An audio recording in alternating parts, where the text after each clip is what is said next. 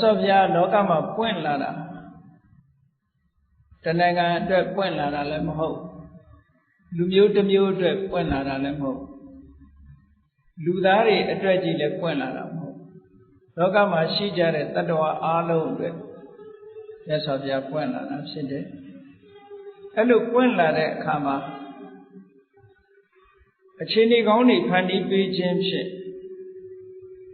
Mimiru a Dainda Aliosa, a Santa Aliosa Alo not that worry, Senior Ducati, Yoja, your daughter. Now so Senior Ducat, Alo and Lumia Dwadi tea. Urabia Swaha, Nanyamu, Pugate. Kajamolo Urago Yoji Jare, Uravada, Durosini.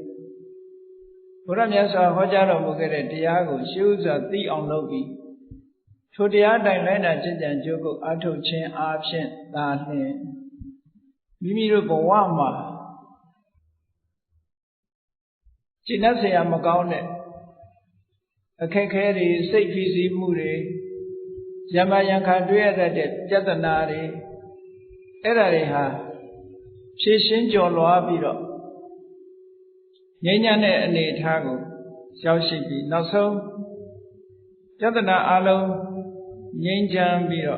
Tavara, Yan Ede, Nevan Sure, and Yandago Yamo Buama, Shiba. Da Bora Vadare, Chins in the Kubo. A coup.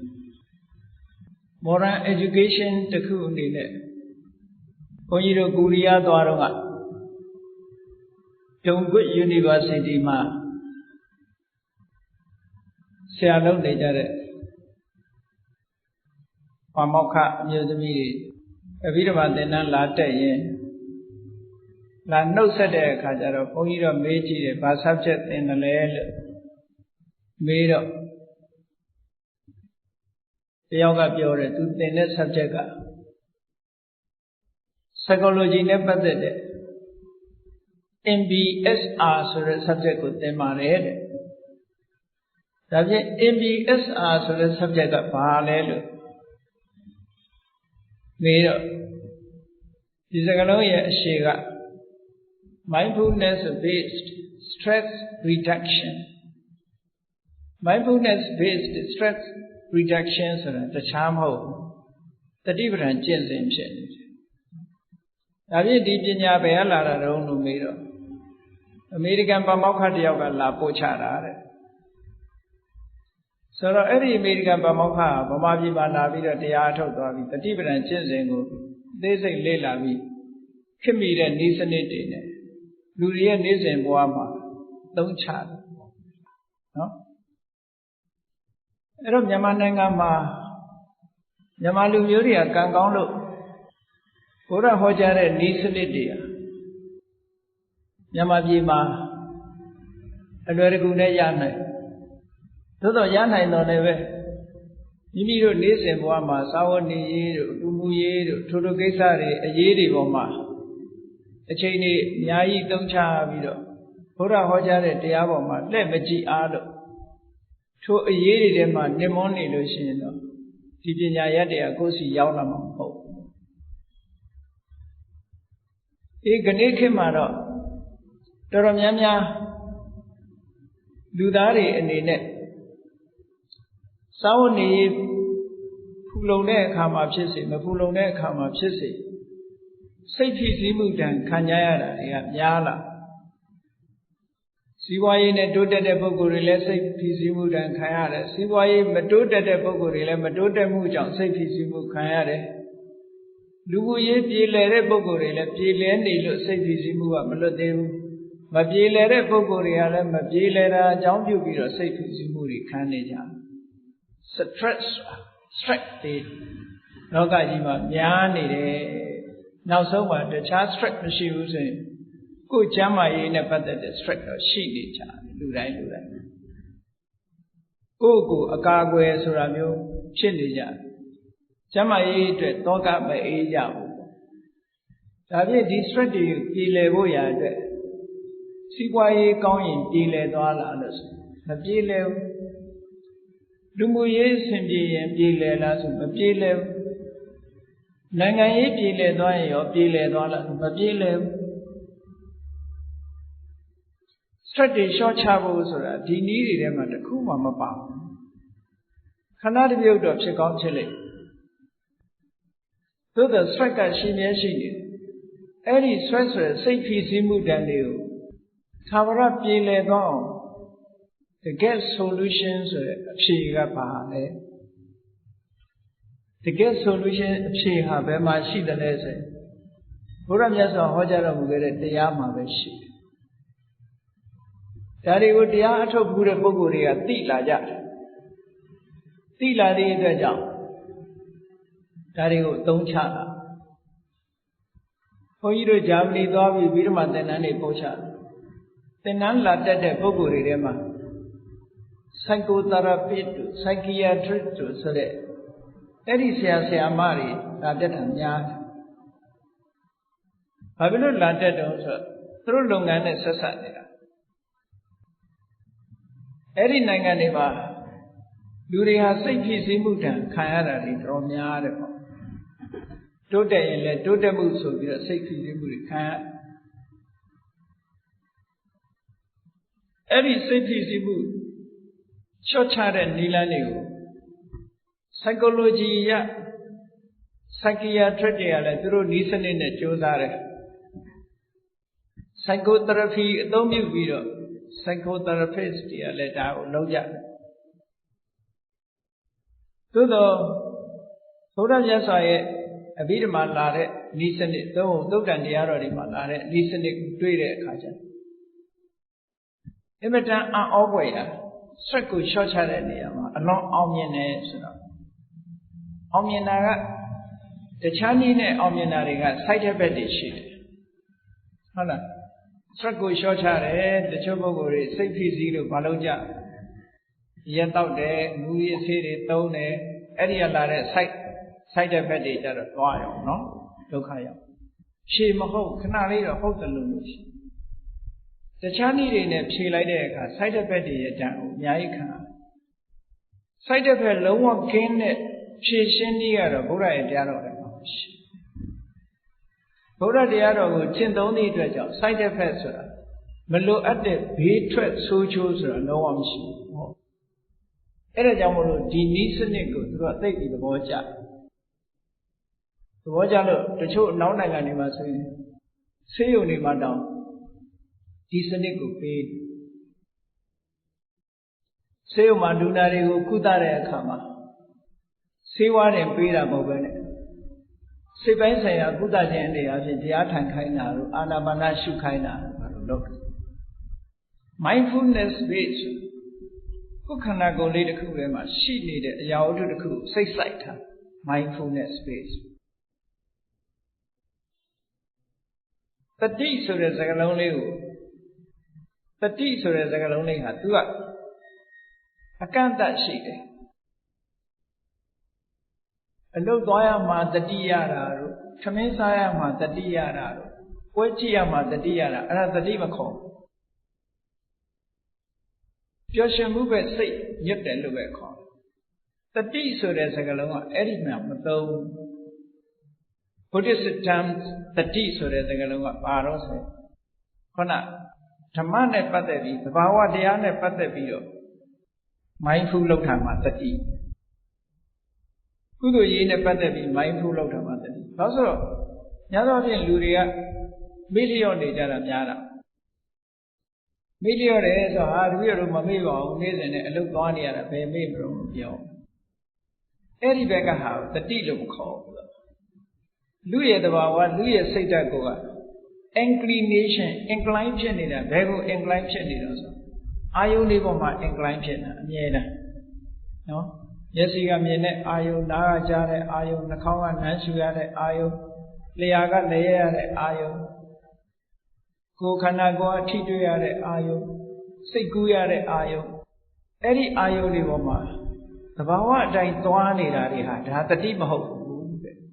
စိတ်ကလေးကိုအဲ့ဒီပင်ကိုရိုးရာအာယုန်တွေစီသွားနေရကဆွဲထုတ်ပြီးတော့သူသွားနေကြမဟုတ်တဲ့ဓမ္မအာယုန်ပေါ်တင်ပေးနိုင်မှတတိ တတိ mindfulness ဆိုတာအဲ့ဒီဟာကိုဆွလို့တယ်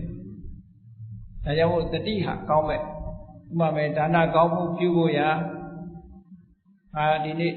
ဒါနကောင်းမှုလုပ်သလားသီလဆောက်တည်မှုလုပ်သလားကမ္မထဘာဝနာပွားများအထောက်မှုလုပ်ကြလား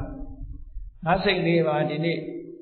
လောဘနဲ့ရှင်တွဲနေသလားဒေါသနဲ့ရှင်တွဲနေသလားငါစိတ်ထဲမှာမာနတွေအိတ်တာတွေမစ္စရိယတွေဆိုတဲ့စိတ်ရဲ့ impurity mental impurity စိတ်ရဲ့အညစ်အကြေးတွေငါစိတ်ထဲမှာရှိနေသလားဆိုတာဒါတွေပေါ်မှာ mindful လုံးမှတတိလို့ခေါ်တယ်အဲ့ဒါကို mindfulness မလုပ်နိုင်ဘူး mindful မလုပ်နိုင်ဘူးဆိုလို့ရှိရင်ဒီပုဂ္ဂိုလ်ဟာအာယုံပေါ်မှာမျောပါနေတာဒီတဲကြောင့်မလို့အဲ့ဒီအာယုံပေါ်မှာမျောပါနေတဲ့ပုဂ္ဂိုလ်တယောက်ဟာတတိမိတ်နေတဲ့ပုဂ္ဂိုလ်တယောက်လို့ဒီလိုပဲခေါ်တတိမိတ်နေတဲ့ပုဂ္ဂိုလ်တယောက်ဟာအခက်အခဲတွေကြုံလို့ရှိရင်ဖြေရှင်းနိုင်စွမ်းမရှိဘူးအမျိုးစုံဝင်လာတယ် stress တွေစိတ်ဖိစီးမှုတွေအလိုမကျမှုတွေမုန်းတီးမှုတွေတတ်မဲ့မှုတွေတွေ့တာမှုတွေဒါတွေကအရှူအရှူဝင်လာပြီးတော့စိတ်ပေါ်မှာစိတ်ရဲ့ဖြူစင်မှုကိုလာရောက်ပြီးတော့ညှဉ်းနှွမ်းစေကြတယ် pollution ဖြစ်စေတယ်ပေါ့နော် mental pollution ပေါ့စိတ်ဟာအမြဲတမ်းညှဉ်းနှွမ်းနေတယ်လောကမှာလူတွေကသတိထားတယ်ရေညှဉ်းနှွမ်းတာ water pollution ညှဉ်းနှွမ်းတဲ့ရေတောက်ရင်ငါကျန်းမာရေးထိခိုက်လိမ့်မယ်သတိထားတယ်ဒါ air pollution ညဉ့်ညမ်းတဲ့လေကိုရှုပြီးရင်ငါကျန်းမာရေးထိခိုက်လိမ့်မယ်သတိထားမိတယ်ဒါသို့သောတတိမထားမိတာကဘာတော့လို့ဆို mental pollution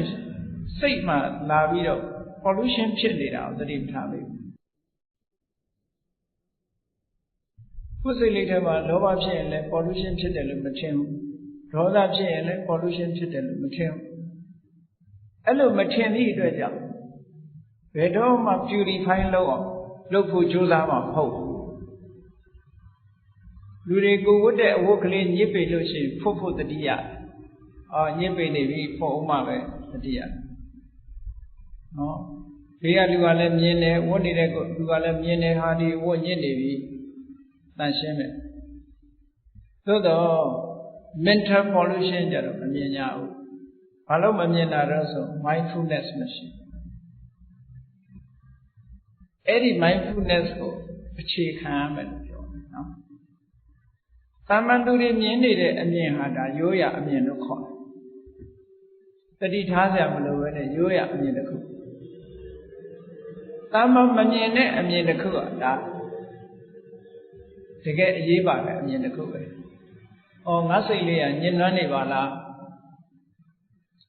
စိတ်ဓာနုပဒနာကျင့်စဉ်နဲ့ပတ်သက်ပြီးတော့မြတ်စွာဘုရားကဟောထားတာရှိတယ်မဟာတတိပဒံတော့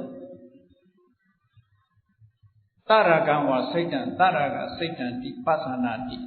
ဘုရားဟောတဲ့စကားနဲ့ပြောမယ်ဗမာလူပြောလို့ရှိရင်ငါစိတ်လေးဟာလောဘနဲ့တွဲနေသလားငါစိတ်ထဲမှာလောဘဖြစ်နေသလားဖြစ်နေရင်ငါစိတ်လေးဟာလောဘနဲ့တွဲနေတယ်လို့သိပါတယ်လောဘမပါဘူးဆိုလို့ရှိရင်လည်းလောဘမပါဘူးလို့သိပါတယ်ငါစိတ်လေးဟာဒေါသနဲ့တွဲနေသလားသိပါဒေါသနဲ့မတွဲဘူးဆိုရင်လည်းမတွဲဘူးလို့သိပါ mental impurities စိတ်ရဲ့အညစ်အကြေးတွေရှိတယ်ရှင်းဥစွာတန့်စင်ရေးလုပ်တော့မယ်စင်ကြယ်ရေးလုပ်တော့မယ်ဆိုစိတ်ရဲ့ impurity တွေကိုအရင်သိဖို့လိုတယ်အားရအညစ်အကြေးတွေလဲ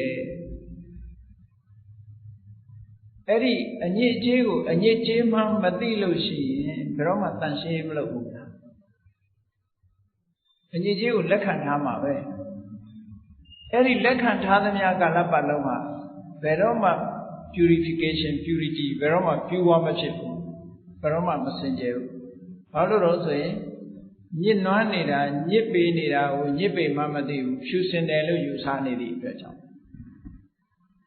အဲ့ဒါကြောင့်မလို့ပထမဆုံးက mental impurity စိတ်ရဲ့အညစ်အကြေးတွေဘာတွေလဲသိတဲ့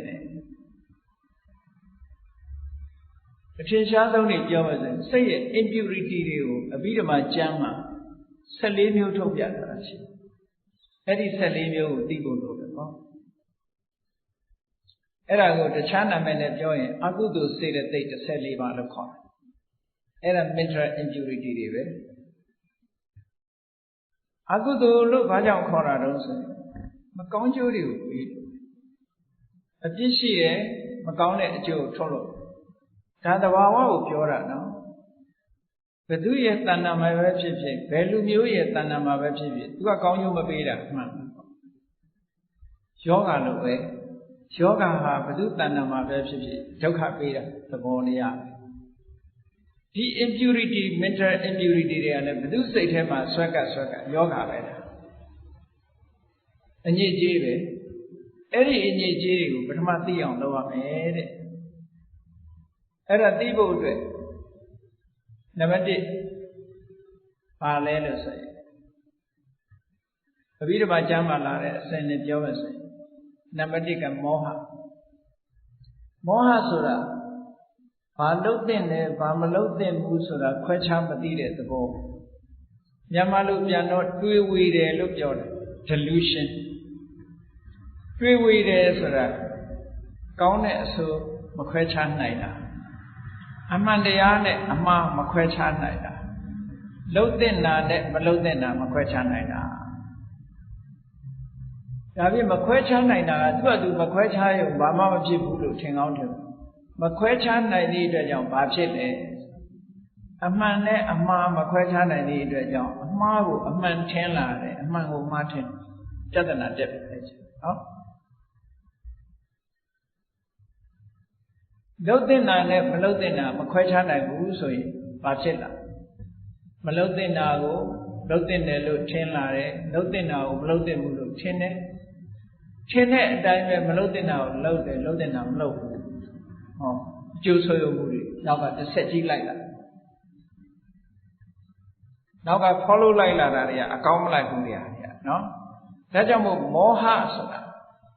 mental impurity ပဲအကြီးဆုံး mental impurity သူ့ကြောင့်မို့လို့ပြဿနာတက်တယ်ပရိစ္ဆေသမုပ္ပါမှာမြတ်စွာဘုရားကအဝိဇ္ဇာပစ္စယသင်္ခါရဆိုပြီးပထမဆုံးသူ့ကိုထိတ်ကထားဟောတယ်အဲ့ဒီမှာအဝိဇ္ဇာဆိုတဲ့နာမည်နဲ့ဟောတယ်ဝိဇ္ဇာဆိုတာအသိပညာအဝိဇ္ဇာဆိုတာအသိပညာရဲ့ဆန့်ကျင်ဘက်အမှန်မသိတဲ့အရာဒီလိုဆိုလို့အဲ့ဒီအဝိဇ္ဇာဆိုတာနဲ့မောဟဆိုတာတူတူပဲတန်တရားဝုကကျွဖို့ကြတော့တကယ်အရေးကြီးဆုံးအဆိုးဝါးဆုံး impurity ကဟောဒီအဝိဇ္ဇာဘာလဲလို့ဆိုရင်သစ္စာ၄ပါးကိုအမှန်မသိတာဆိုလို့လေအဲ့ကြအရှင်းမြင့်သွားတယ်အခြေခံအားဖြင့်ကတော့လှုပ်တဲ့နာနဲ့မလှုပ်တဲ့နာမသိတာလှုပ်တဲ့နာကိုလှုပ်တဲ့နာမလှုပ်တဲ့နာခွဲခြားမသိသည့်အတွက်ကြောင့်မလှုပ်တဲ့နာကိုလှုပ်ပြီးတယ်လှုပ်တဲ့နာကိုမလှုပ်ဘူးနှစ်ခုစလုံးအပြစ်ဖြစ်သွားများသောအားဖြင့်လူတွေကထင်တယ်မလှုပ်တဲ့နာလှုပ်တာကအပြစ်လို့ထင်တယ်လှုပ်တဲ့နာကိုမလှုပ်ဖဲနေရင်လည်းအပြစ်ပဲတူတူပဲအကျိုးဆုပ်ယုပ်ထားခြင်းအတူတူပဲလှုပ်တဲ့နာနဲ့မလှုပ်ဖဲနေရင်အကျိုးဆုပ်ယုပ်တယ်မလှုပ်တဲ့နာလှုပ်ရင်လည်းကျိုးဆုပ်ယုပ်တယ်အဲ့ဒီနှစ်ခုစလုံးမှာညီလူညီမျှဒုက္ခရောက်စေတတ်တဲ့သမာဝတွေကြီးပဲအေးဒါကြောင့်မို့လို့နံပါတ်1 mental impurity ကမောဟအမှန်မသိဘူးဆိုလို့ရှိရင်အမှန်မသိဘူးဆိုတာလုံးဝမသိတာကိုပြောတာမဟုတ်အမှန်မသိဘူးဆိုတဲ့စကားလုံးကအမှားသိနေတဲ့ဆိုတဲ့ပါမှန်မှရင်ရင်သိတယ်လုံးဝမသိတဲ့လူကတော့ဟာငါဘာမှမသိဘူးဆိုပြီးတော့နေတာမျိုးသူကအဲ့ဒါလို့မဟုတ်ဘူးအမှန်မသိဘူးဆိုတာအမှားတစ်ခုကိုသိခုနတလွဲသိနေတဲ့အတိမျိုးအဲ့ဒီတလွဲသိနေတဲ့အတိကမကောင်းတဲ့ဘက်ကိုဆောင်ကျဉ်သွားတတ်တယ်လွယ်ချော်ချော်တွေဖြစ်စေတယ်ဟောဒါက mental impurity တစ်ခုပဲနောက်တစ်ခုကအဟိရိကဆိုတာအရှက်မဲ့တဲ့သဘောတရားအရှက်မဲ့တယ်ဆိုတာဘာပြောတာတော့ဆိုရင်မကောင်းတာလုပ်ရမှာကိုလုံးဝမရှက်ဘူးယွံမုန်းခြင်းမရှိဘူးမကောင်းမှုကိုမြင်မြင်ရှက်ရှက်လုပ်တယ် လူကြားတဲ့ဖြစ်စေဟုတ်လားသူများကိုဆဲရမှာမရှက်ဘူးလိန်ပြောရမှာမရှက်ဘူးမရှက်တဲ့လူတွေရှိတယ်မျက်နှာပြောင်တိုက်ပြီးလိန်ရဲတယ်ပေါ့လေအဲ့ဒါမျိုးမျက်နှာပြောင်တိုက်ပြီးမကောင်းတာလုပ်ရဲတယ်ပေါ့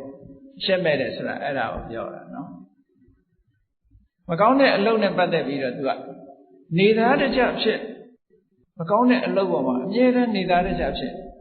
လောကရှက်ရမှကြောက်ရမှယွန်ရမှန်းကိုမသိတော့ဘာနဲ့ဥပမာပေးထားတယ်လို့ဆိုကောင်းရာတွေမှာမွေးထားတဲ့ဝက်အစာကောင်းအောင်လည်းမကြွေးဘူးဘာစားတော့ဆိုထုံးစံအတိုင်းလူတွေစွန့်တဲ့မစင်ကိုစားဒီပြင်လူတွေကလူတွေစွန့်တဲ့မစင်ပုံကိုတွေ့ရင်လူတိုင်းယွန်ကြတယ်သူကတော့အဲ့ဒါကိုလိုက်ရှာမယွန်ဘူးလူတကာယွန်တဲ့နေရာသူကမယွန်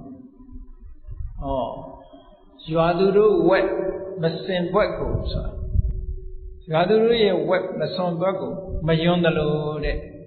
ဟောဒီအဟိရိကဆိုတဲ့သဘာဝတရားမိမိစိတ်အစဉ်ကိုနှွမ်းမိုးထားပြီဆိုလို့ရှိရင်အဲ့ဒီပုဂ္ဂိုလ်ဟာ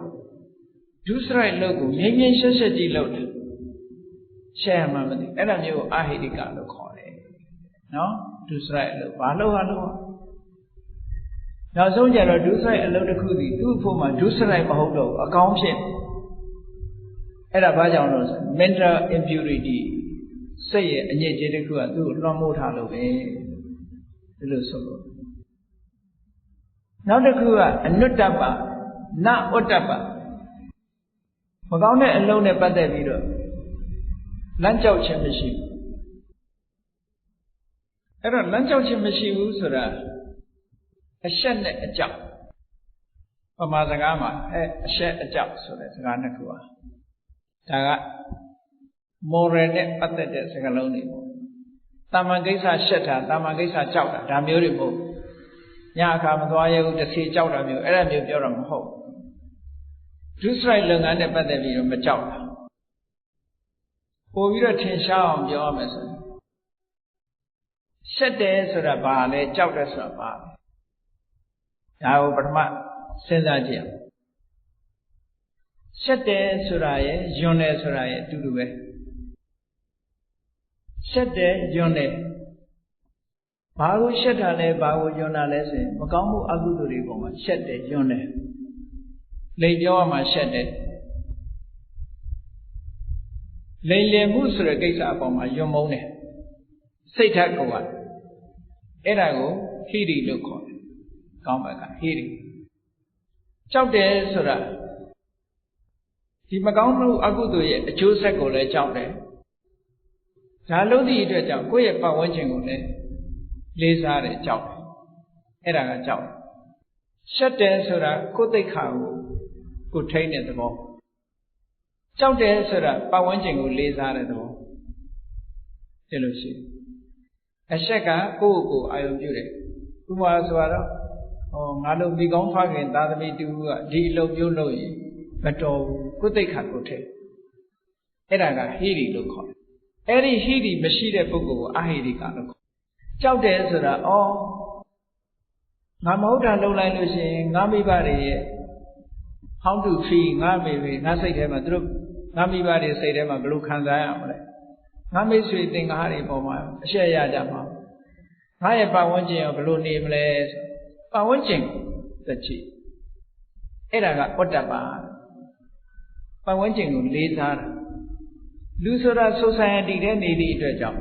ကိုယ်သိက္ခာကိုလည်းလေးစားရမယ်ပတ်ဝန်းကျင်ကိုလည်းလေးစားရမယ်ကိုယ်သိက္ခာကိုမလေးစားဘူးဆိုရင်ဟိရိတရားမရှိဘူးလို့ပြောတယ်ပတ်ဝန်းကျင်ကိုမလေးစားဘူးဆိုရင်ဩတ္တပမရှိဘူးလို့ပြောတယ်အဲ့ဒီတရားနှစ်ခုဟာလောကပါလာတဲ့လူလောကကြီးကိုထိမ့်သိမ်းဆောက်ရှောက်အကယ်၍ဒီတရားနှစ်ခုသည်လူလောကကိုမဆောက်ရှောက်တော့ဘူးဆိုလို့ရှိရင်လူတွေဟာတိရစ္ဆာန်တွေဘာမှမထူတော့ဘူးဒီလိုခေါ်တာရှိဒါကြောင့်မလို့အဲ့ဒီအရှက်ကြောင့်ဟိရိနဲ့ဩတ္တပတရားနှစ်ခုကင်းကွာသွားပြီဆိုရင်အဟိတိကအနုတ္တပလို့ခေါ်တယ်မကောင်းမှုအကုသိုလ်လုံးဝမရှက်တော့ဘူးမကြောက်တော့ဘူးလို့ဆိုကြတဲ့ကမကောင်းမှုအကုသိုလ်နဲ့သူ့စိတ်ဟာတွဲတော့တာသူ့ရဲ့လုပ်ရတဲ့ဟာတွဲတော့တာပဲဒါကြောင့်မလို့သူဟာတကယ် mental impurity ပဲတဲ့ဒါ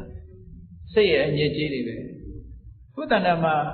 အကုသိုလ်နဲ့ပတ်သက်ပြီးမရှက်တော့ဘူးမကြောက်တော့ဘူးဆိုလို့ရှိရင် mà để mà sẽ bu bảo vấn đề của cứu sai bu do lý sĩ ra là một là lưu để anh giống kê à sao đấy đúng mà cứu sai bu sao ấy là máu nào lâu đến này mà anh giống kê à toàn lâu rồi xin đâu phải học ấy là mental impurity được không vậy so ấy mental impurityကိုယ်တဏ္ဍာမှာပေါ်လာပြီလို့ဆိုလို့ရှိရင် problem တွေတက်လာပြဿနာတွေဝင်လာဒါကြောင့်မို့လို့ဒီ mental impurity ကိုလည်းမဖြစ်စေရဒါပြင်မဖြစ်အောင်ဘာနဲ့လုပ်ရမလို့ဆိုသူ့မှာ solution တွေရှိတယ်အများတန်းအဝတ်ပင်ဘာလုပ်လဲဆက်ပြနဲ့ရေနဲ့လျှော်တယ်ပေါ့နော်သူ့ရဲ့အဖြေရှိအခုလည်းပဲဒီအဆက်အကြောက်ကင်းမဲ့မှုဆိုတဲ့စိတ်ထဲမှာလွှမ်းမိုးလာလို့ရှိရင်ရှက်မှုကြောက်မှုဆိုတဲ့ဟိရိတရားကို restore ပြန်လုပ်အောင်ကိုယ့်ရဲ့နှလုံးထဲ restore ပြန်လုပ်အောင် restore လုပ်ပြီဆိုရင်ဘာလို့ကစဉ်းစားမှုမှန်ကန်တဲ့စဉ်းစားမှုကသိပြီးတန်ဖိုးရှိတယ်။ဒီလုပ်တွေလုပ်လို့မတော်ပါလား။ဒီလုပ်တွေဟာလူချင်းမွန်းတဲ့အလုပ်မဟုတ်ဘူးလူကဲရတဲ့အလုပ်တွေ။ငါပတ်ဝန်းကျင်တွေထိခိုက်လိမ့်မယ်ငါလည်းထိခိုက်လိမ့်မယ်ဆိုတော့ဒီလိုပြန်စဉ်းစားလိုက်လို့ရှိရင်သူက restore ဖြစ်လာပြန်ပြီးတော့ဝင်လာဒါအခြေခံအနေနဲ့ပြောတာပေါ့အဲ့လိုလို့နောက်တစ်ခုကဘာလို့ဆိုရင်ဥဒိစ္စဆိုတာ mental restlessness စိတ်ရဲ့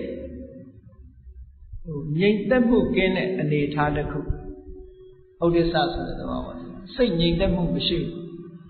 တခါလူတွေပြောကြတယ်စိတ်တွေကစူးစီးလို့မရဘူးမငြိမ်သက်ဘူးဘာရလို့မဟုတ်ဘူးစိတ်တွေလွင့်တာကိုယ်စိတ်တွေလေလွင့်နေတယ်အဲ့တော့လေလွင့်နေတယ်ဆိုတဲ့အချိန်မှာတစ်ခုဖြစ်နေတာသိကြလောဘတွေကလွှမ်းမိုးနေရင်လည်းလေလွင့်နေတာဒေါသတွေလွှမ်းမိုးမှုခံနေရရင်လည်းလေလွင့်အိတ်တာမစ္စရိယတွေရဲ့လွှမ်းမိုးမှုခံနေရရင်လည်းစိတ်ဟာလေလွင့်နေတာမကောင်းတဲ့အတွေးတွေတွေးမိနေလို့ရှိရင်စိတ်ဟာလေလွင့်နေတာပဲအဲ့ဒီလေလွင့်နေတဲ့စိတ်တွေလွင့်မားနေတဲ့စိတ်တွေအကုသိုလ်တစ်ခုကိုခြေခံပြီးတော့ဖြစ်နေတယ်သူကိုယ်တိုင်ကလည်း mental impurity ပဲလေလွင့်နေတဲ့အချိန်တစ်ခုကဘလို့မှစိတ်ကိုစူးစီးလို့မရတဲ့အတွက်ကြောင့်ကောင်းတဲ့ဘက်ကိုစိတ်ဥလှဲ့လို့လုံးဝမရနိုင်ဘူးတဲ့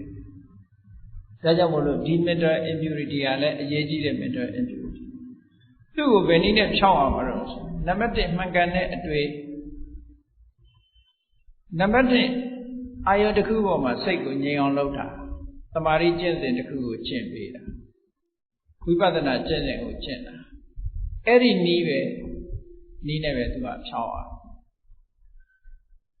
ဖြောင်းတဲ့အခါတစ်ခါကျတော့လွယ်လွယ်ကူကူနဲ့တော့ပျောက်တာမဟုတ်အင်အားမရှိသေးလို့ရှိရင်ရှိတဲ့ဘက်ကနိုင်နေမှာပေါ့ရေနဲ့မီးလိုပဲပေါ့မီးတွေအချိန်မြင့်နေရေဘလောက်လောင်းတော့မရသေးတဲ့အနေထားနောက်ကြာသွားလို့ရှိရင်တော့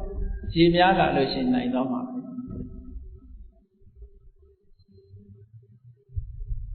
နောက် mental impurity တစ်ခုကဘာလို့ဆိုရင်အလုံးသိတဲ့အတိုင်းလော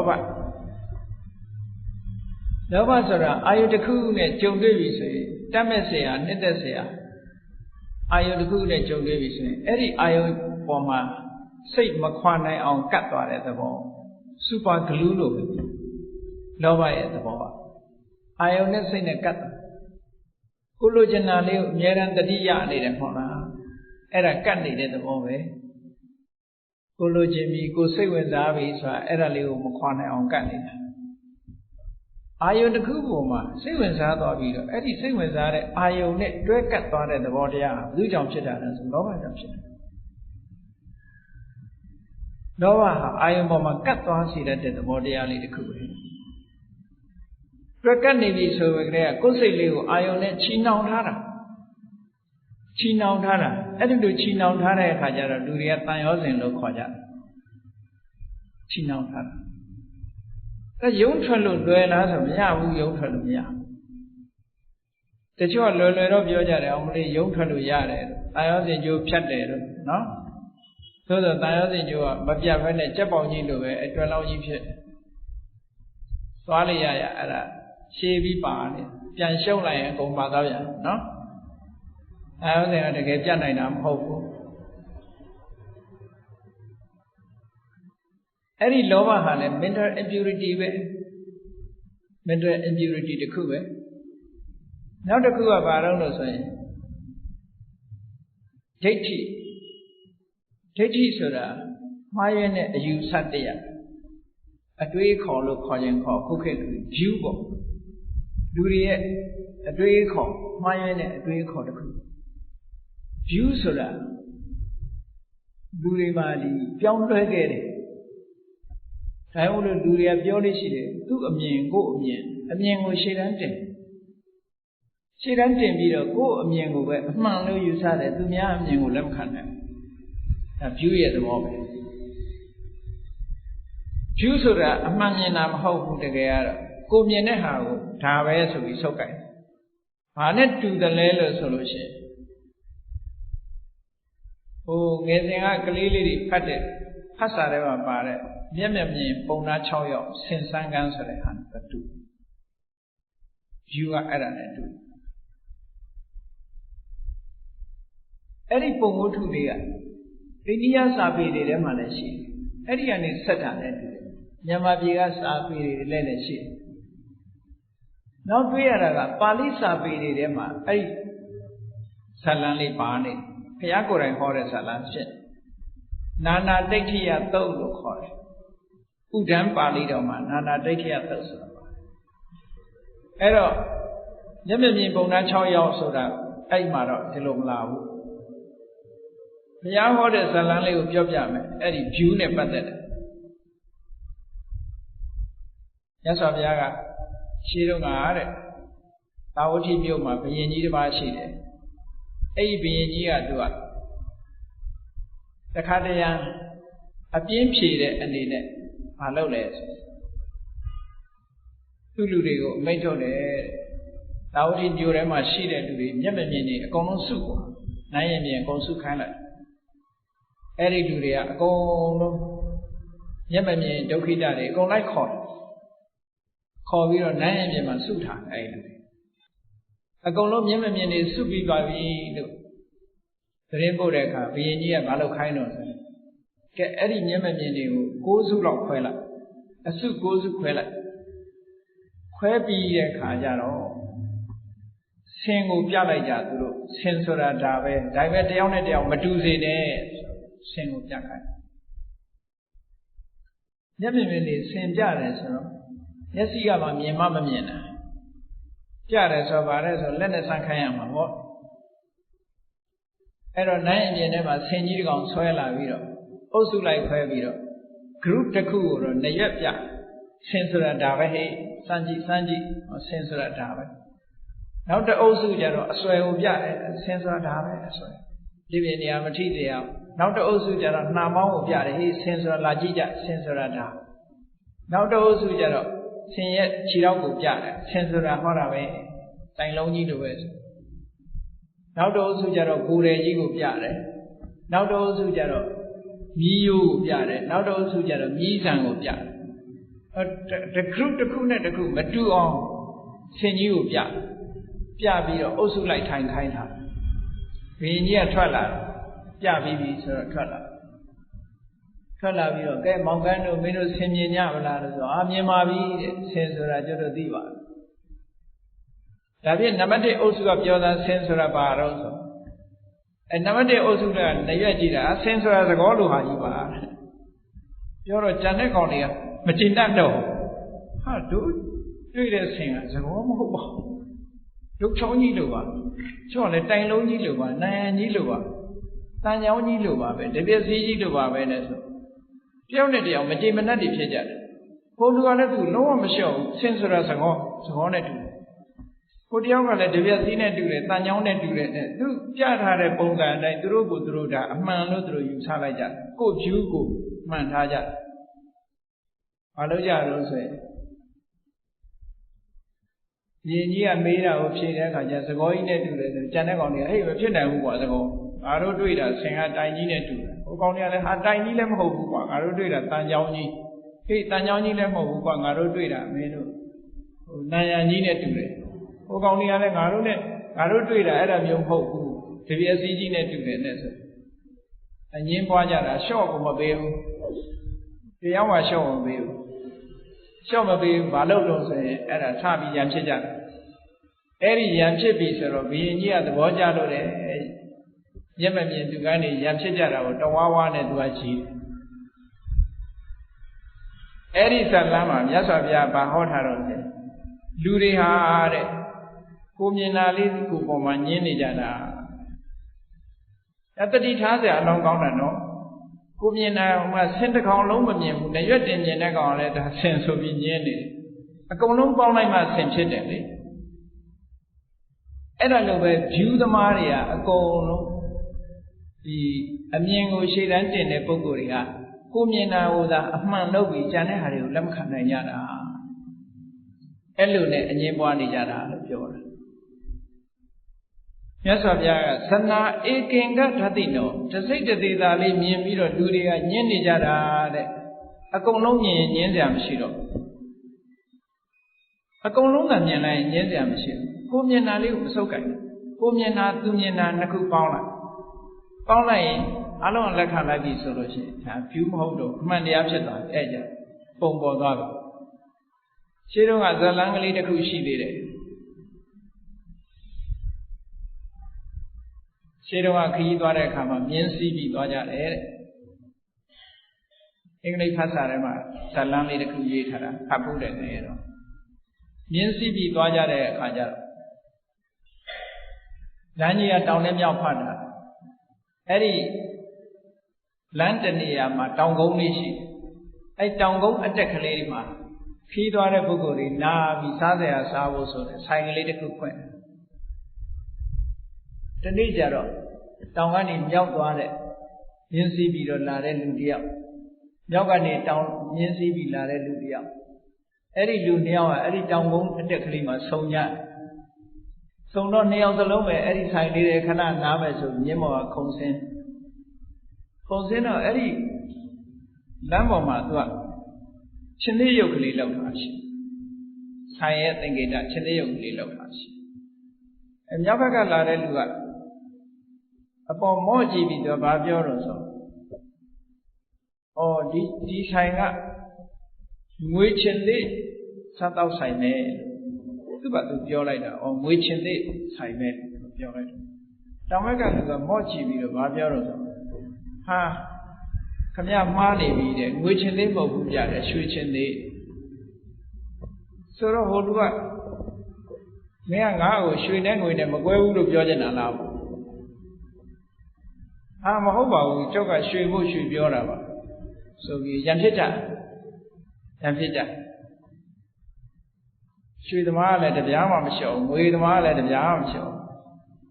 ရံဖြစ်ကြတော့အဲ့ဒီခေတ်ကရံဖြစ်ရင်ဖြည့်ရှင်းဗာနဲ့ဖြည့်ရှင်းတော့ဆိုရင်ဓာချင်းရှင်ခုတ်ကြတဲ့ခေတ်အဲ့ဒီလိုဓာချင်းရှင်ခုတ်နေတဲ့အချိန်မှာဇာလန်းထဲမှာပါလာတော့ကောင်းကင်ယံကနတ်သမီးကြီးကဆင်းလာပြီးတော့ရက်လိုက်ဆိုတဲ့အတန်ကြာတော့သူတို့ရလိုက်ကြတယ်ရှင်တို့ဘာလုပ်ကြတာတော့ဆိုတို့ကအမှန်တရားအတွက်တိုက်ပွဲဝင်နေကြတာပြောတော့အမှန်တရား we are fighting for truth အမှန်တရားအတွက်တို့တိုက်ပွဲဝင်နေတာဒါဖြင့်ရှင်တို့အမှန်တရားပါတော့ငါကရွှေချင်းသိလို့ပြောတော့ဒီကောင်ကငွေချင်းသိလို့ညင်းငါရွှေငွေကတပြားသားမှမလျှော့ဘူးဟိုဘက်ကလည်းကျွန်တော်ကရွှေမို့ရွှေပြောတာတပြားသားမှမလျှော့နဲ့ဆိုတော့အဲ့ဒီနတ်သမီးကမြောက်ဘက်ကလာတဲ့လူကတောင်ဘက်ကိုလာခဲ့ပါတောင်ဘက်ကလာတဲ့လူကမြောက်ဘက်ကိုသွားကြည့်လိုက်ပါမောပြီးတော့ကြည့်လိုက်တဲ့အခါကျတစ်ဖက်ကရွှေတစ်ဖက်ကငွေလောက်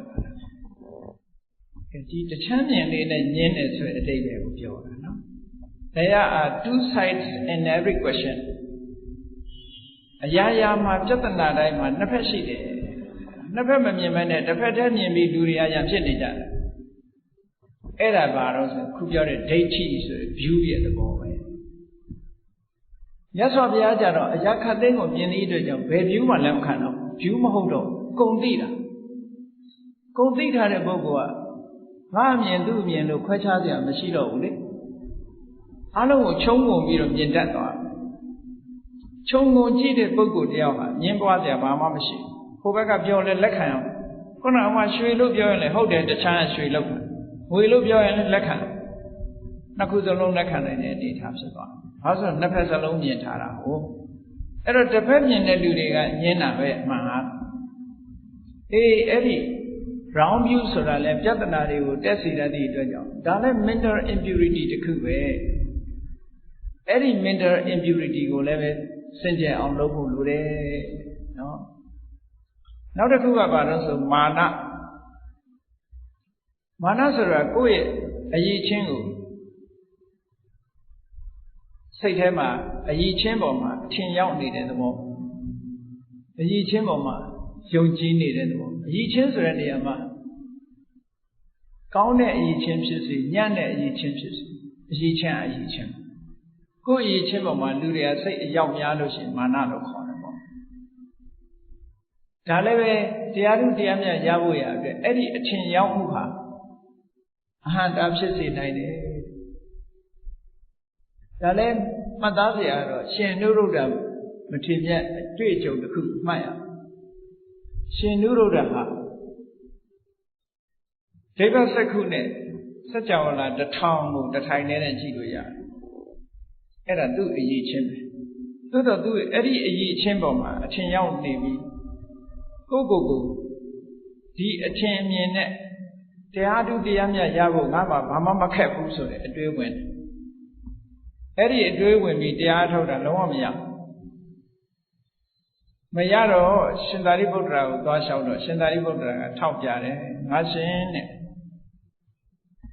စัจ java လာ1000ကိုစัจ java လာ1000ကိုဒိဗ္ဗစက္ခုနဲ့ငါမြင်နိုင်တယ်လို့ငါရှင်တွေးနေတဲ့အတွေးဟာမာနဖြစ်နေတယ်အဲ့ဒါကိုမတွေးပါနဲ့လို့ဆက်ဒါကိုဖယ်လိုက်ပါဒါဖယ်လိုက်ရင်တရားထုတရားမြတ်ရပါလိမ့်မယ်အဲ့ဒါဖယ်လိုက်မှတရားရနိုင်ဒါမဟုတ်ဘူးလားဆိုဟုတ်တယ်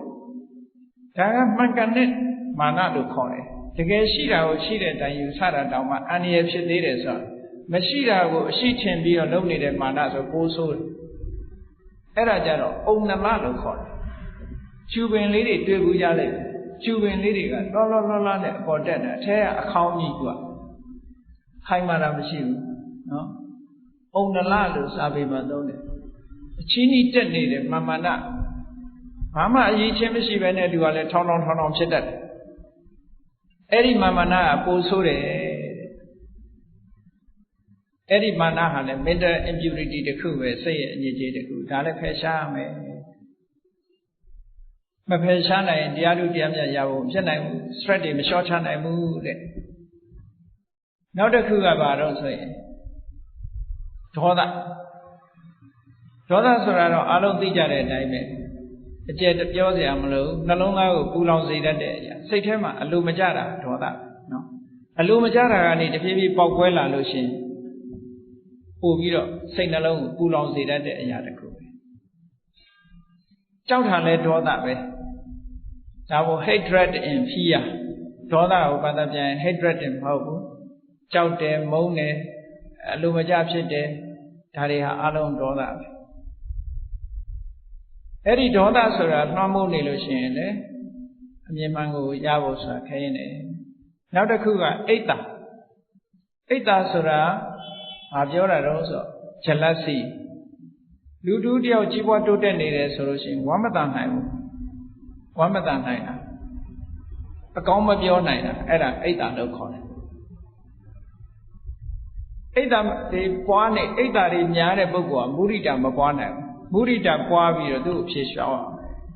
မုဒိတာထားနိုင်ရမယ်နောက်တစ်ခုကမစ္စရိယဆိုတာကိုယ်သာဆန်းစားခြင်းနဲ့ကိုယ်သာအခွင့်အရေးရခြင်းနဲ့ဆိုတဲ့တကူကောင်းဆန်တဲ့စိတ်မျိုးပါဒါမစ္စရိယလို့ခေါ်တယ်ပေါ့ selfishness ပေါ့ stinginess လို့ဘာသာပြန်တယ်အဲ့ဒီအိတ်တမစ္စရိယနှစ်ခုလုံးဒီဒေါသနဲ့တွဲပြီးတော့ဖြစ်တာလေကြည့်ပဲနောက်ကဒေါသလိုက်လာမစ္စရိယဆိုတာကိုယ့်အကိုသိမ့်ပိုက်ပြီးတော့သူများနဲ့မဆက်ဆံနေတာပေါ့ကိုယ့်ပစ္စည်းကိုကိုယ်သိမ့်ပြီးတော့အများကိုဆက်ဆံဒီပစ္စည်းနဲ့ပတ်သက်လာလို့ရှိရင်အထိမခံတာမစ္စရိယရဲ့သဘောကြောင်ကလေးတွေအစာကျွေးတဲ့အခါတွေ့ဘူးလိမ့်မယ်ကြားတွေအစာကျွေးတဲ့အခါတွေ့ဘူးလိမ့်မယ်အစာပါးစပ်ထဲရောက်သွားရင်မန်ဖီးနေတယ်ဆိုတာဒါဒီဟာအတွက်တိုက်ဖို့လုပ်နေတာသူကကိုရထားတဲ့အခွင့်အရေးကိုလာမလူနဲ့ဆိုတဲ့ပုံစံမျိုးသူတို့ချိန်ချောက်တာနော် စိတ်ပစာဘူးကြောင်တို့ကြားတို့ဆိုရဲကောင်းတယ်အဲ့ဒါမစ္စရိယအလွန်အားကြီးတဲ့သဘောပဲနော်ကလေးပေါက်စာလေးတွေမစ္စရိယမုံပေးပြီးပြန်တောင်းရင်မရဘူးပဲကလေးကျုပ်ကလေးတွေဘယ်တော့ပြန်မပေးဘူးနော်မုံပေးတဲ့အခါကျတော့တက်တက်လက်လက်ယူတယ်မင်းငါနည်းနည်းပေးပါဆိုမရတော့ဘူးပဲသိမ့်ပိုက်ထားအဲ့ဒီသဘောလေးတွေကိုပြောတာမစ္စရိယဆိုတာနော်ကုက္ကုဆာဆိုတာကိုလုံးမိတဲ့အမှားတစ်ခုပေါ်မှာနောက်တာဖြစ်တော့မလုံးမိတဲ့ဟာတစ်ခုပေါ်မှာလည်းနောက်တာဖြစ်တယ်အဲ့ဒီစိတ်ပူပန်းနေတဲ့သဘောတရားတစ်ခုကလည်းစိတ်ရဲ့အညစ်အကြေးတစ်ခုပဲနောက်တစ်ခုကတော့ဌိနမိတ်တာစိတ်ရဲ့ကောင်းတဲ့အလုပ်လုပ်ဖို့ရတဲ့စိတ်ဟာ interesting မဖြစ်တော့စိတ်ဆုံးနစ်လာ mental tiredness ဖြစ်လာအဲ့ဒါဌိန physical tiredness ဖြစ်လာလို့ရှင်မိတ်တာပထမစိတ်ဓာတ်ကဆွန့်လာတွန့်ဆုတ်လာတယ်နောက်ထပ်ရုပ်ခန္ဓာကိုယ်ကြီးကပါတွန့်ဆုတ်လာရုပ်ခန္ဓာကိုယ်ကြီးကတင်းဆုတ်လာတော့ဘာဖြစ်လာငိုက်လာပေါ့စိတ်တွန့်ဆုတ်တာကတစ်ခုရုပ်တွန့်ဆုတ်တာတစ်ခုအဲ့ဒီနှစ်ခုပေါင်းတာကိုဌိနမိတ်တာလို့ခေါ်ဒါလည်းပဲတိုးတက်မှုရဲ့အဟံတာတစ်ခုဖြစ်တယ် mental impurity ပဲစိတ်မှာဖြစ်တာနောက်တစ်ခုကဝိသိကိစ္စတဲ့နောက်ဆုံးပါတရားဓမ္မနဲ့ပတ်သက်လာလို့ရှိရင်တန်တရားဖြစ်နေတာတန်တရားဖြစ်နေတာဆိုတာမဆုံးဖြတ်နိုင်တဲ့သဘောကိုလန်းလိုက်ရမလားဒီလန်းလိုက်ရမလားလမ်းခွမှာတွေ့ဝေးနေတဲ့သဘောခုနကမောဟဆိုတာကသူကမလုတ်တင်တာနဲ့လုတ်တင်တာအမှန်မသိသည့်အတွက်ကြောင့်မလုတ်တင်တာကိုလုတ်တင်တာလို့ထင်သွားပြီးလုတ်တင်တာကိုမလုတ်တင်ဘူးလို့ထင်သွားတယ်သူကသိဝိသိကိစ္စကြတော့အဲ့လိုမဟုတ်တွေ့ဝေးနေတယ်တွေ့ဝေးနေသည့်အတွက်ကြောင့်လုပ်ငန်းအောင်မြင်မှုမဖြစ်နိုင်ဒါလည်းပဲ mental impurity တစ်ခုပဲတဲ့အဲ့ဒီ mental impurity စိတ်ရဲ့အညစ်အကြေးတွေကိုအခုလိုသိအောင်လေ့လာပြီးတော့တို့ရဲ့တဏ္ဍာမှာဟောဒီအညစ်အကြေးတွေရှိနေတယ်ဗျစိတ်ရဲ့ဖိစီးမှုဓာတ်တွေကိုမလျှော့ချနိုင်ဘူးဒါတွေကို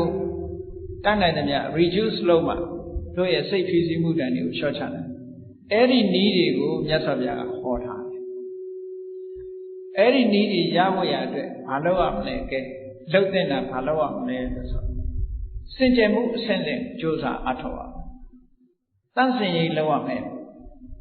mental impurity တွေတန့်စင်ရေးကတစ်ခါတည်းနဲ့လုပ်လို့မရဘူးအမတန်မှဆိုပါစို့ညစ်ပေပြီးတော့ဆွဲနေတဲ့အညစ်အကြေးတစ်ခုဟာတစ်ခါတည်းနဲ့ရှောင်လို့မရဘူးခါတည်းနဲ့ရှောင်လို့အချိန်ချင်းရှောင်ရအဲ့ဒါမျိုးလိုပဲသူကလက်နီးစုပ်တယ်ပို့ပြီးတော့ညစ်ပေတယ်ညစ်ပေဘူးဘဝတန်တရားကညစ်ပေပြီးတော့လူရဲ့စိတ်ကဘဝတန်တရားကစပြီးတော့ညစ်လာအမတန်ဆွဲတဲ့ဆေးဆိုးထားတဲ့ဟာတစ်ခုဖယ်ရှားပြဖို့ဆိုအလွန်ခဲနေပေါ့စိတ်ထဲမှာဆွဲပြီးတော့အယောင်ဆိုးထားတာတွေကိုဖယ်ရှားပြဖို့အလွန်ခက်တယ်အဲ့ဒီအယောင်ဆိုးထားတာတွေအကုန်လုံးပျောက်သွားအောင်နံပါတ်1ဘာလုပ်ရမလဲဆိုတော့မြတ်စွာဘုရားကစင်ကြယ်မှု9မျိုးကိုဟောထားတာရှိတယ်တဲ့နော်အဲ့ဒါကသူကလိုက်နာပြီးတော့တစ်ဆင့်ပြီးတစ်ဆင့်တစ်ဆင့်ပြီးတစ်ဆင့်လောက်သွားဖို့လိုတယ်ပေါ့စင်ကြယ်မှု9မျိုးဆိုတာနံပါတ်1စလောက်ရမှာဘာလို့ဆိုရင်သီလဝိသုဒ္ဓိ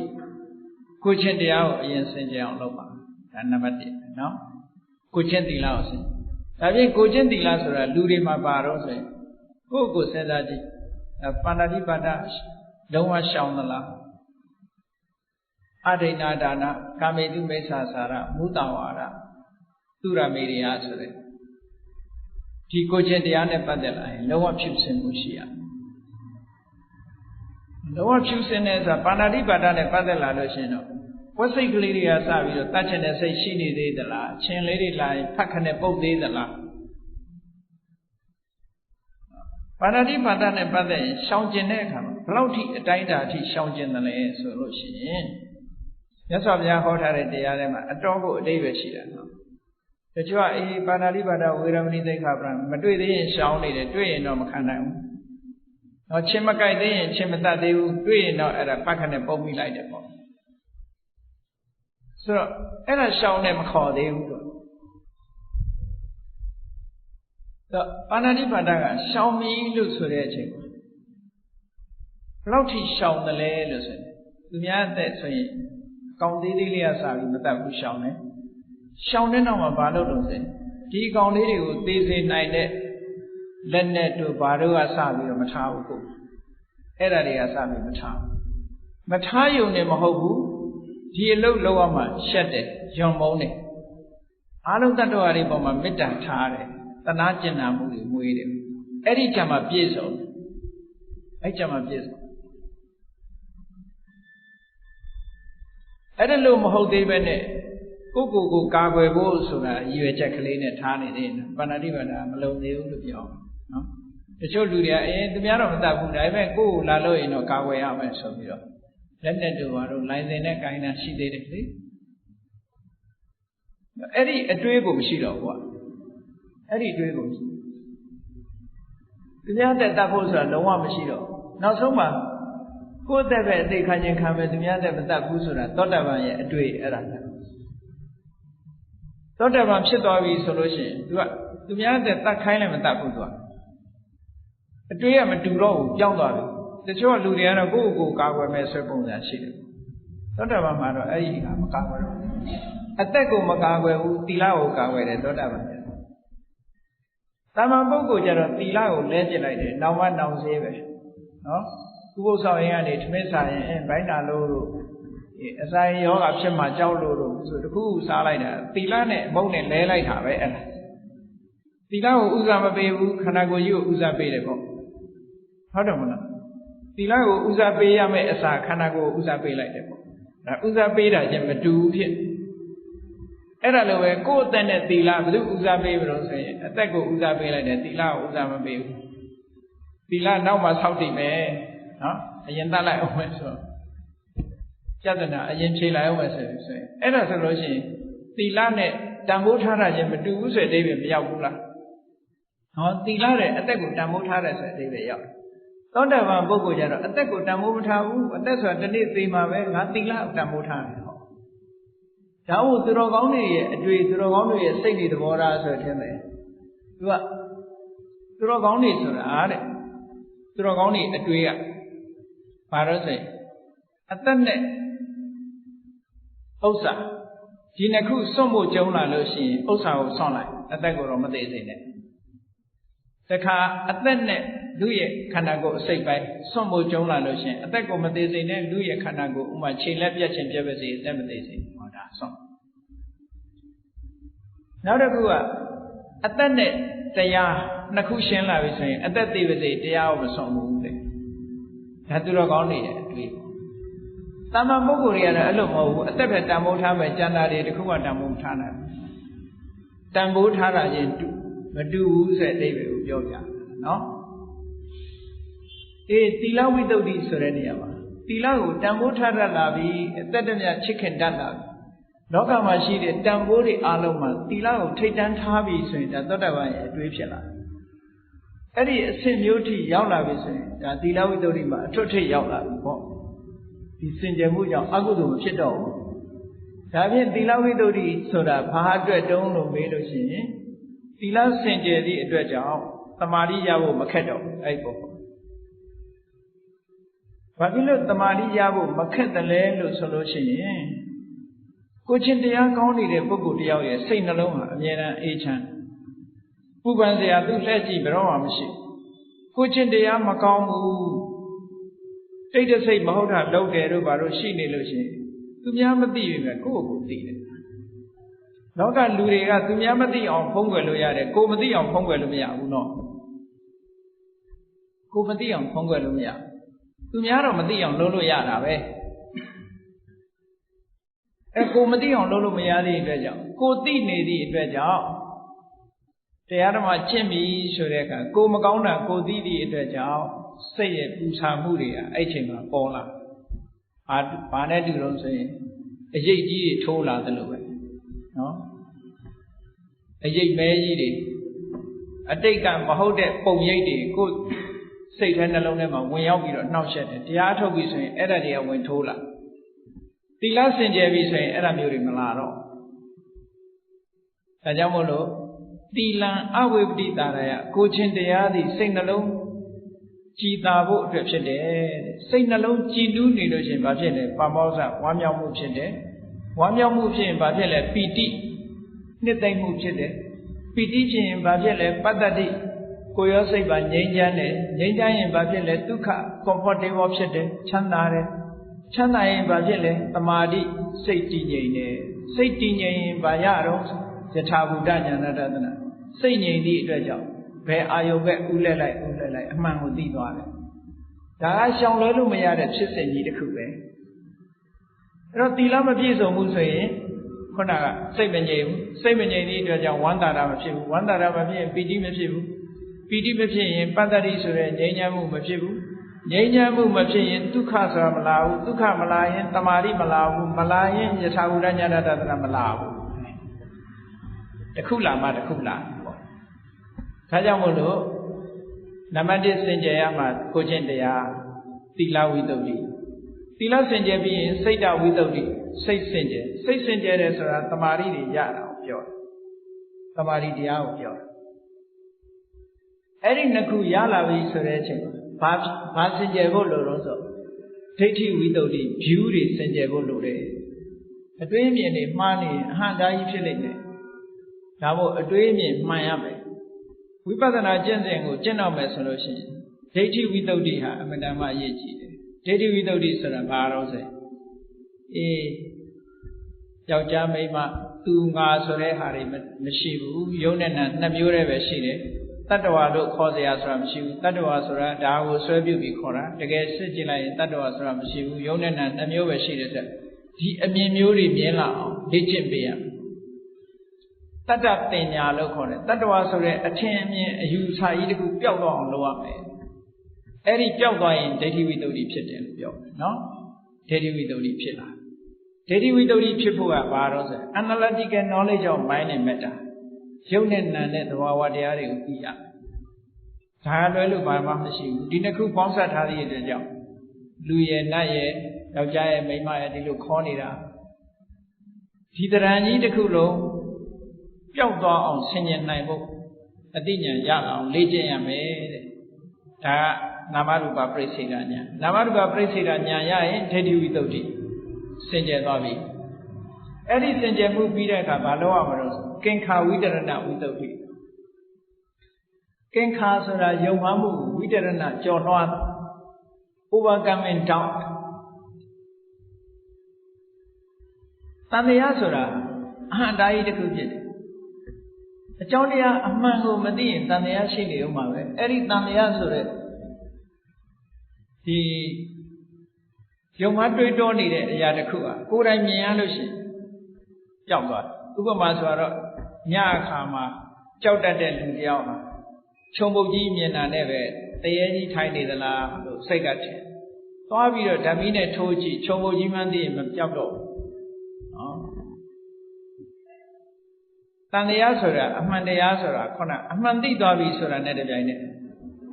တန်တရားမရှိသည့်အတွက်ကြောင့်ရှင်းသွားတယ်အဲ့ဒီသဘောမျိုးပဲယုံ nant သဘာဝတရားတွေကဘာကြောင့်ဖြစ်နေတယ်ဆိုတဲ့အကြောင်းတွေအကျိုးတွေအကြောင်းတရားတွေကိုမှန်မှန်မြင်လိုက်ပြီဆိုလို့ရှိရင်တန်တရားဆိုတာမရှိတော့အဲ့ဒီတန်တရားကင်းစင်သွားတယ်ဒါလည်းပဲအဆင့်ဆင့်သောတာပန်အဆင့်ကင်းစင်တာနဲ့အခုတရားထုတ်မဲ့ယောဂီပုဂ္ဂိုလ်တဏ္ဍာမှာကင်းစင်တာနဲ့မတူသေးဘူးဒီဂရီလည်းပဲကွာသေးတယ်ပေါ့အခြေခံအပြင်ကင်းစင်အောင်ကြိုးစားရမယ်ဒီယုတ်တိနံတွေဟာဘာကြောင့်ဖြစ်နေတယ်လဲဆိုတာအခုလက်တွေ့အနေနဲ့ဥပမာပဲမျက်စိနဲ့အခုအကြမ်းမြင်လေးစဉ်းစားကြည့်ဖို့ပြောရမယ်ဆိုရင်မျက်စိရှိတယ်မြင်စရာအာယုံရှိတယ်မျက်စိနဲ့မြင်စရာအာယုံဆုံလိုက်တဲ့အခါမှာမြင်သိတယ်ဆိုတဲ့စိတ်ကလေးပေါ်လာဒါပေမဲ့မြင်သိတယ်ဆိုတဲ့စိတ်ကလေးရဲ့အကြောင်းတရားကဘာလို့ဆိုမျက်စိနဲ့အာယုံဆုံစည်းမှုပါဒါအကြောင်းတရားပဲအဲ့ဒါဒီတရားအကြောင်းတရားရဲ့နောက်ွယ်ဘယ်သူရှိသေးတယ်ဘယ်သူမှမရှိဒါအကြောင်းပဲဆိုတော့ဘောပေါက်သွားအဲ့တော့သာဝရဘုရားကဖန်ဆင်းလို့ဖြစ်တာတို့အကြောင်းပဲဖြစ်တာဆိုတာတွေလက်မခံတော့ဘူးဘာလို့လဲဆိုအကြောင်းကိုကိုယ်တိုင်တွေ့သွားပြီလေဒါကြောင့်ဖြစ်နေတာဆိုတာကိုယ်တိုင်တွေ့သွားပြီကိုယ်တိုင်တွေ့သွားသည့်အတွက်ကြောင့်သူကပစ္စယပရိက္ခဉာဏ်အကြောင်းကိုသိတဲ့ဉာဏ်ရသွားပြီအကြောင်းကိုသိတဲ့ဉာဏ်ရသွားသည့်အတွက်ကြောင့်ကင်္ခာဝိတရဏဝိတ္တုတဲ့တန်တရားကင်းစင်သွားတဲ့အမြင်တစ်ခုရသွားပြီဒါကဝိပဿနာလုပ်ငန်းလုပ်တော့မယ်ဆိုလို့ရှိရင်အခြေခံအနေနဲ့ဒါရှိရမယ်ရှိပြီဆိုရင် ဆက်ပြီးတော့ဝိပဿနာကျင့်စဉ်ကျင့်လိုက်တဲ့အခါကျတော့ဘာတွေ့တတ်တော့ဆိုပါစို့အာနာပါနကျင့်တယ်ဆိုတော့ထွက်လေဝင်လေလေးကိုဝိပဿနာကျင့်စဉ်ကျင့်တော့မယ်ဆိုလို့ရှိရင်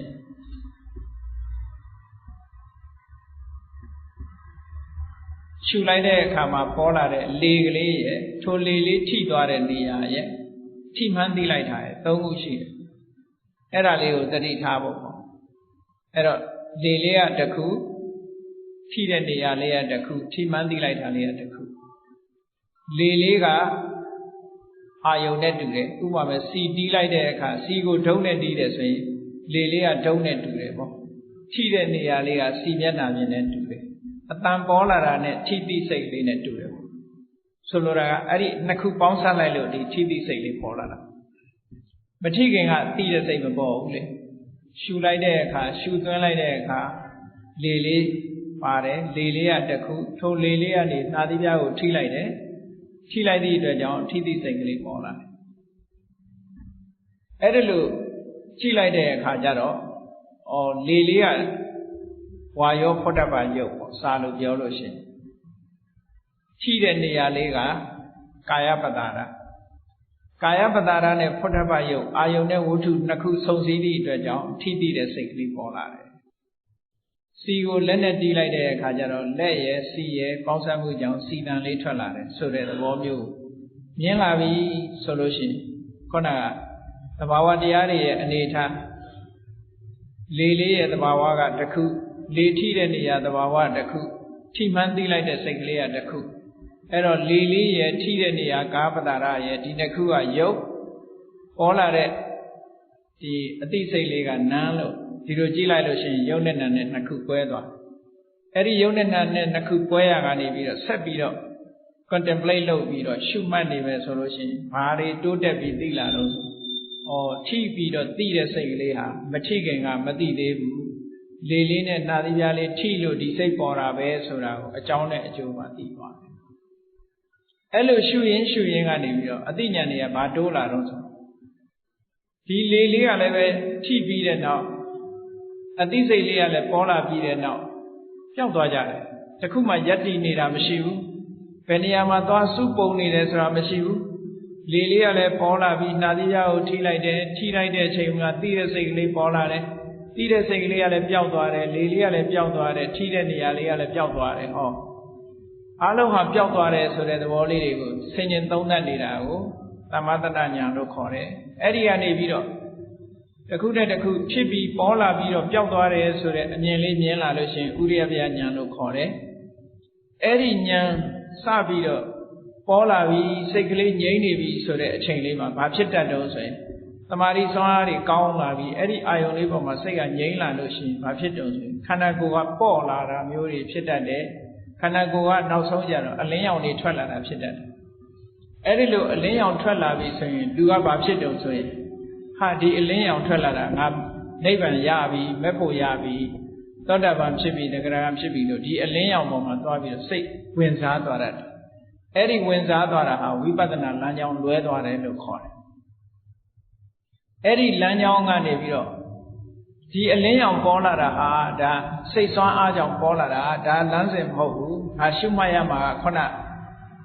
သင်္ခါရတရားပဲလေလေးနဲ့ထိတဲ့နေရာအာယုံပြုတဲ့ဒါကိုပဲပြန်ရှုမှတ်ရမယ်လို့သိလာလမ်းကြောင်းအမှန်ကအဲ့ဒီပဲလို့သိပြီးတော့ပြန်ပြီးတော့ရှုမှတ်မှလမ်းကြောင်းပြန်တဲ့မယ်အဲ့ဒီလိုလမ်းကြောင်းဟုတ်တယ်မဟုတ်ဘူးကွဲပြားပြီးတော့သိတာကိုမေဃဉာဏတသနာဝိသုဒ္ဓိလို့ခေါ်တယ်ပေါ့စင်ကြယ်မှုတစ်ခုအဲ့ဒါကိုမကြော်လွှမ်းနိုင်လို့ရှိရင်ဒီအလင်းရောင်လေးနဲ့ပဲကျင့်တတ်ပြီးတော့ရှေ့မတက်တော့ဘူးသွားတယ်အဲ့ဒါကြောင့်မို့လို့ဒါကဝိပဿနာသွားရမယ့်လမ်းဟုတ်တယ်ဒါကမဟုတ်ဘူးလို့ခွဲခြားပြီးတော့သိမြင်ပြီးစင်ကြယ်မှုဖြစ်အောင်ကြိုးစားရမယ်တဲ့အဲ့ဒီတစ်ခုကနောက်အဲ့ဒါကိုကြော်လွှားသွားတဲ့အခါကျတော့ဝိပဿနာဉာဏ်အစဉ်စဉ်တက်တဲ့အခါဘာတွေဖြစ်လာတော့ဆိုဝိပဿနာလမ်းကြောင်းပေါ်ကိုရောက်သွားပြီးတော့စင်ကြယ်မှုကြတော့ပฏิပဒါဉာဏတသနာဝိသုဒ္ဓိလို့ခေါ်တယ်အဲ့ဒီဝိပဿနာလမ်းကြောင်းပေါ်ရောက်သွားတဲ့အခါသူ့ရဲ့စိတ်မှာအမြင်ကလေးတွေကတစ်ခုပြီးတစ်ခုတစ်ခုပြီးတစ်ခုခြားနားလာတယ်ဖြစ်တာပြက်တာတွေကိုမြင်ရကနေပြီးအပြက်တွေကြီးပဲပိုးမြင်လာတယ်အပြက်တွေပိုးမြင်ရကနေပြီးတော့ကြောက်စရာလို့မြင်လာတယ်ကြောက်စရာလို့ပိုးမြင်လာရနေပြီးတော့အပြစ်တွေမြင်လာတယ် အပြစ်တွေမြင်လာပြီးတဲ့နောက်မှာလွတ်ချင်လာတယ်လွတ်ချင်လာသည့်အတွက်ကြောင့်လွတ်ရလန်းစာရှာတယ်လွတ်ရလန်းစာရှာပြီးနောက်ဆုံးသင်္ခါရသဘောတရားတွေဟာဒီတိုင်းပဲလို့သင်္ခါရတရားတွေပေါ်မှာ excitement မဖြစ်ဘဲနဲ့စိတ်ကလေးကငြိမ်သွားတယ်ဆိုတဲ့အဆင့်တွေကိုအဆင့်တင်သွားတာဟာစာလို့ပြောရင်တော့သင်္ခါရုပ္ပခဉာဏ်အဆင့်ရောက်သွားတယ်အဲ့ဒီရောက်သွားပြီဆိုလို့ရှိရင်ပฏิပဒါဉာဏတဒနာဝိသုဒ္ဓိလို့ခေါ်တယ်အကျင့်နဲ့ပတ်သက်ပြီးတော့လမ်းကြောင်းပေါ်မှာမှန်ပြီးတော့စင်ကြဲနေပြီလို့ပြောတယ်အဲ့ဒီကနေပြီးတော့မှသင်္ခါရုပ္ပခဉာဏ်ရင့်တန်လာတဲ့အခါကျလို့ရှိရင်သင်္ခါရအာယုန်တွေရှုမှတ်လာရနေဖြစ်ပြီးပြတ်နေတဲ့သင်္ခါရသဘောတရားတွေတွေးရနေနောက်ဆုံးမှာဖြစ်ပြမှုတွေဆုံးသွားတယ်သင်္ခါရအာယုန်တွေဆုံးပြီးတော့သင်္ခါရမရှိတဲ့နိဗ္ဗာန်အာယုန်ကိုရောက်သွားပြီဆိုရင်ဉာဏတဒနာဝိသုဒ္ဓိလို့ခေါ်တယ်အဲ့ဒီအဆင့်ရောက်ပြီဆိုတဲ့အခါကျတော့ခုနပြောတဲ့စိတ်ဖိစီးမှုတွေသက်သာလာနော်သောတာပန်ဖြစ်သွားပြီစင်ကြယ်မှုတတ်သရုပ်ပင်စမသတ္ထတတ္တမစင်ကြယ်မှုကိုရပြီလို့ဆိုလိုက်တာနဲ့သောတာပန်အဆင့်ရောက်သွားရင်ခုနကမှားယွင်းတဲ့အယူအဆနဲ့တန်တရားဆိုတာမရှိတော့ဘူးအမြင်မှန်သွားပြီတန်တရားကင်းသွားပြီအဲ့ဒီကနေတစ်ဆင့်တက်လိုက်တဲ့အခါကျတော့လောဘဒေါသတွေနည်းပါးသွားပြီနောက်တစ်ဆင့်တက်လိုက်တဲ့အခါကျတော့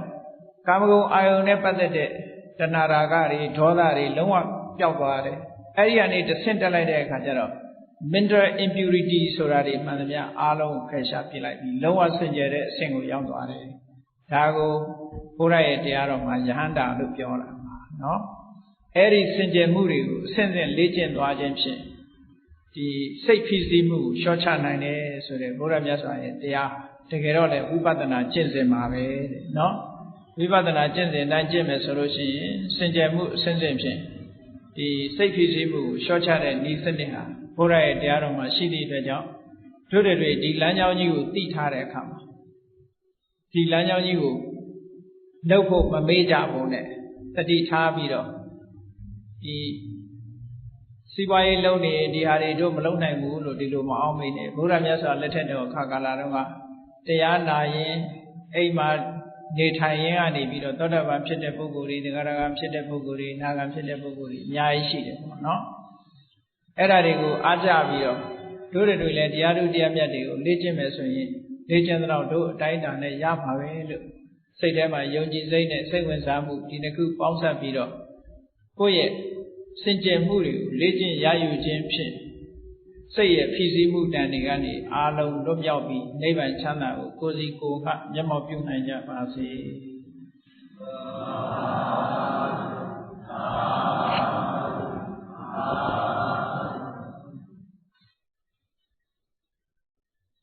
ကဲတရားဝဲသိမေတ္တာပို့ရအောင်နော်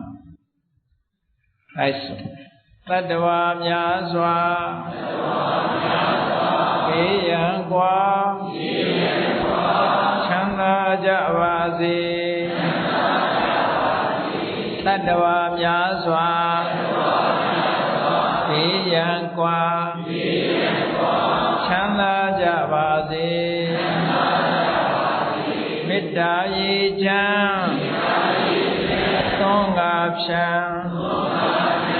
ငြိမ်းချမ်းကြပါစေမေတ္တာရေချမ်းသွန်ကားဖြံငြိမ်းချမ်းကြပါစေသက်ရှိချမ်းပါစိတ်ချမ်းသာတို့ရဆန္ဒပြည့်ပါစေသက်ရှိချမ်းပါစိတ်ချမ်းသာတို့ရဆန္ဒပြည့်ပါစေကမ္မောတရံပိဝိတဝါဒဝိသာတဗ္ဗေသမုဟတာအစရမရာတိတိဘာဝနိဗ္ဗာနံယန္တုတာရောဓမ္မောတရံလောဘဒေါသမောဟစိတ်တောက်ကင်းပြောက်ကြည်အေတရားစေကိုပိဝိတဝါဝန္တာရှင်ပြတောက်ကြရနာကြရကုန်သောကြောင့်ဝိသတဗ္ဗေပူဇာညင်နောက်ကိလေသာအစေတောက်ဟုသမျှတို့သည်သမုဟတာပိဉ္ကြဘက်တွင်ရေမတင်တဲ့ကဲ့သို့ကင်းစင်လွင်ပြောက်ပေမရောက်အောင်ပယ်ဖြောင်းအပ်ကုန်သည်ဟောတုစင်စစ်မသွေဖြစ်ကြပါစေကုန်သတည်း အသရမရံအိုခြင်းလဲကွာနာခြင်းလဲကင်းသေးခြင်းလဲရှင်းထသောတိတိဘဝကိလေသာဟုပုခတ်သိကင်းခြင်းရာစိတ်ဖြစ်ပေထသောနိဗ္ဗာန်နိဗ္ဗာန်ဟုခေါ်အေးမြူတော်သို့သာရောတရားချစ်ခင်စိတ်ကောင်းဝိညာသူတော်စင်များတို့သည်ယန္တုပါရမီအဆင့်ဆင့်မြင့်တယ်မြင်၍မလင့်ပုံသေးဆက်ရောက်တော်မူကြပါစေကုန်တည်း